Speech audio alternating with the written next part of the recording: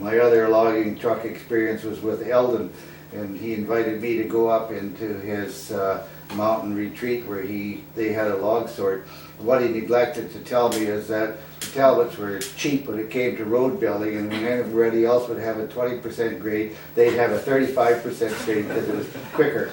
Anyway, it was a skid all the way from the top to the bottom, and it was the most unnerving thing I've ever experienced with 40 tons of logs right behind my shoulders, and I never did that again.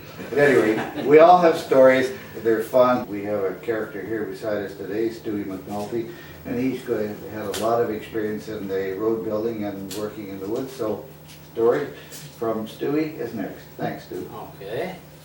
Well, I started out not long after Paradises came here, rather modestly, packing horses for fires, for trail building and such.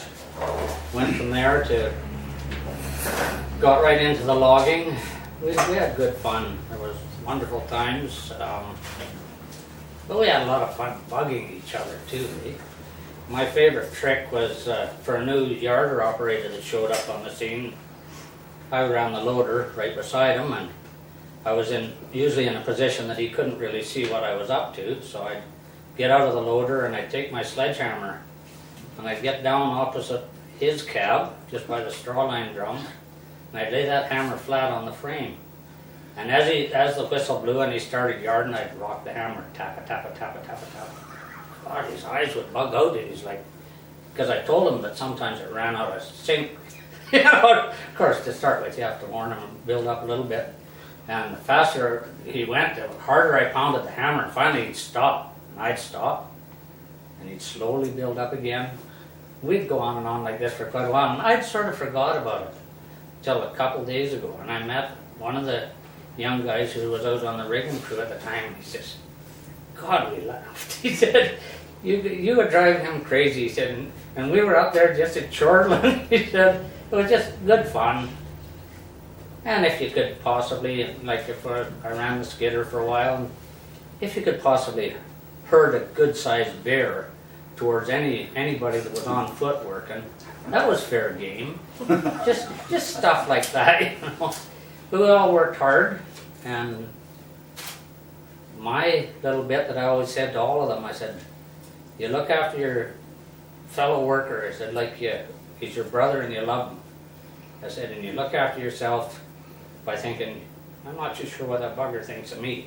And that's how, you know, we all were. Everybody, the older guys, the experienced guys, they were great for mentoring. Give you a whack if you deserved it. Cuss you out and put you on the right line. So make sure you were there at the end of the day, at the end of the year. And it was great years. Or the infamous or famous send the new chokerman for the bag full of choker holes.